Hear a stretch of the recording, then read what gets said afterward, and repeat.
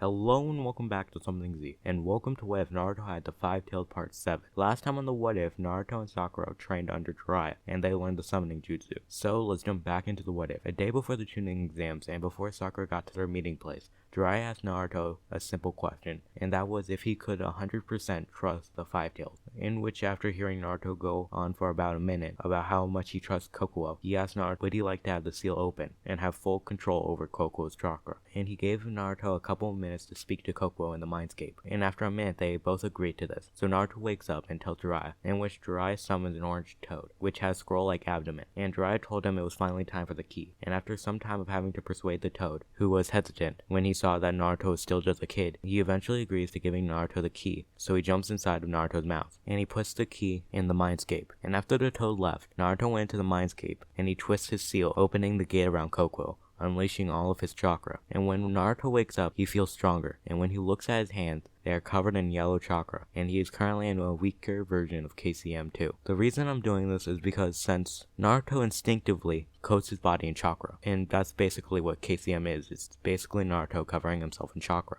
So it's basically a weaker version of what Nine-Tailed version would be, but yeah, it's still basically the same concept. And after a bit of testing his new strength, he turns it off, and he starts to boil his chakra like he does normally, and now he can boil his chakra way easier, and now he can do it to the point of Forest Gate. And it's around that time Sakura gets there, and that starts the day's training. And Naruto did KCM2 for the training since he wanted to test out his new power, and he quickly learns that he can make arms out of chakra, and he can even boil his chakra even in KCM2, but he still held back on Sakura since they had the tuning exams the next day. And at the very end of the training, Jiraiya told Naruto not to go all out during the exams. Since he's new to this power, he could hurt someone. So he skipped to the next day, and when the exam started, the names that were called to go first were Naruto Uzumaki and Neji Hyuga, and they were told to stand face to face with each other. And when the countdown ended, Naruto began the fight by throwing a couple of kunais at Neji, but he was able to avoid all of them. And then the two ran at each other, with Naruto boiling his chakra to the point of second gate, and Neji with his Byakugan activated. And the two exchanged blows, with Naruto having a slight advantage since he is faster and physically stronger. But Neji was able to see where Naruto was, and was able to block a lot of Naruto's attacks. But after a while, Neji was able to get one gentle fist hit on Naruto, slowing him down. Naruto then backs away and makes 3 more clones, and they all start to attack Neji. But since Naruto is now slower from getting hit in the chakra point, he is now to the point of 1.5 gate, and Neji was able to beat all of Naruto's clones, since he was able to react to them in time. Then Neji starts to talk about fate, and how Naruto is not destined to be Hokage.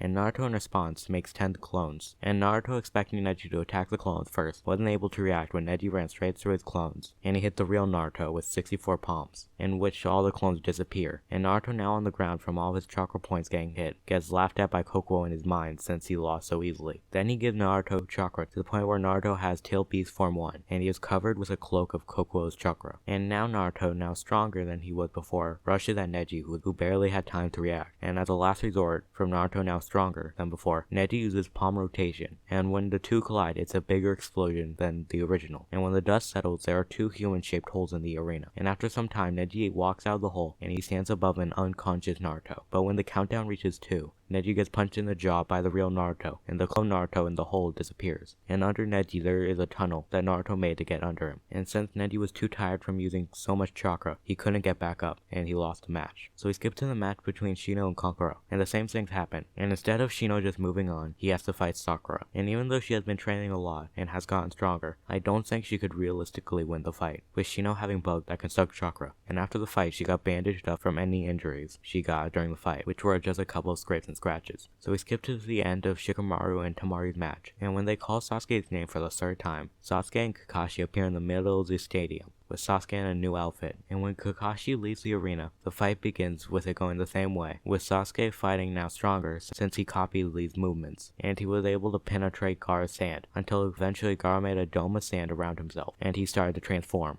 And the way Sasuke was able to get through it was by going up the arena wall, and he used Chidori, and he ran down as fast as he could, and since he pierced the sand, that stopped Gaara's transformation. But it was that moment that Genjutsu was used in the stadium, making most of the arena fall asleep, signaling the start of the Konoha Crush. And seeing the signal, the 3 Saiyan shinobi leave the arena, and Sasuke follows after them. Kakashi fighting some enemy shinobis tells both Naruto and Sakura, who were both able to repel the Genjutsu, to get Shikamaru. And then he does a summoning, and what appeared was a dog, who Kakashi tells to follow Sasuke's scent. And after a couple of minutes of running, Pakun noticed that there were 9 enemy shinobi behind them, and when Shikamaru comes up with a plan, Naruto volunteers to be the decoy, since he's the strongest out of all of them, and the fastest, and he promises to meet them there. Then he runs back the way they came. The moment he was outside the two, he put KCM2 on, since he didn't want to tell anyone about his new power until he was good at using it. And after a minute, Naruto was in front of 8 of the 9 shinobi, and he was fast enough to dodge all of the kunai and shuriken that were thrown at him, and he was able to easily deal with the enemy shinobi. And when he was done, he turned off KCM2, but right before he went back, he remembered that Pokun said there were 9, so he started to run and look around for the last one. And after a minute, Asuma finds him, and he's carrying the body of the last enemy shinobi, which Naruto tells where the other bodies are. Then he boils his chakra, then he runs as quick as possible to where everyone else is. And by the time he gets there, Sasuke is lying on the branch in pain, with weird black marks on his body, and Sakura is stuck to a tree by some sand hand, and Shikamaru is unconscious. And what stands in front of him, and who he thinks caused all of this, was a mid-transformation Gaara. Now angry that his friends are injured, he turns back on KCM2. He creates 499,999 clones, and they all boil their chakra to the point of 4th gate, and they barrage Gaara. And by the end of the assault, Gaara was heavily weakened, and his whole body was crumbling. But from the pain that Gaara took, he lost control, and went full Shukaku with Gaara in his forehead. And after some discussion with Kokuo, Naruto decides not to summon Gamabunta, since they figured that he would not listen to Naruto. And after Gaara did a special jutsu to make himself fall asleep, Shukaku was fully released. And Naruto saying that things got so much worse, he doubled the amount of clones, and they boiled their chakra to the maximum, which was to the point of 5th gate, and they all rushed at Shukaku. And they all made 2 giant hands with chakra, and they all punched him at the same time, not launching Shukaku, but they did push him a couple of feet. But after a couple of hits, Kokuo came up with a plan. Since Shukaku was only fully released when the host is asleep, they had to go for Gaara and wake him up. And the Naruto clones continued the onslaught to distract Shukaku while the real Naruto made clones and launched himself high into the air. And when he was over the head of Shukaku, he tried to hit Gaara with his chakra hand, which was now the last amount of chakra he can use. And he was able to hit Gaara square in the face, waking him up. And the moment that happened, Shukaku got suppressed back into Gaara, and all the sand crumbled away, thus making Naruto the winner of the fight. And that's where I'm going to leave the what if. I hope you enjoyed it. Sorry if you didn't agree to any of the points I made, and I hope to see you next time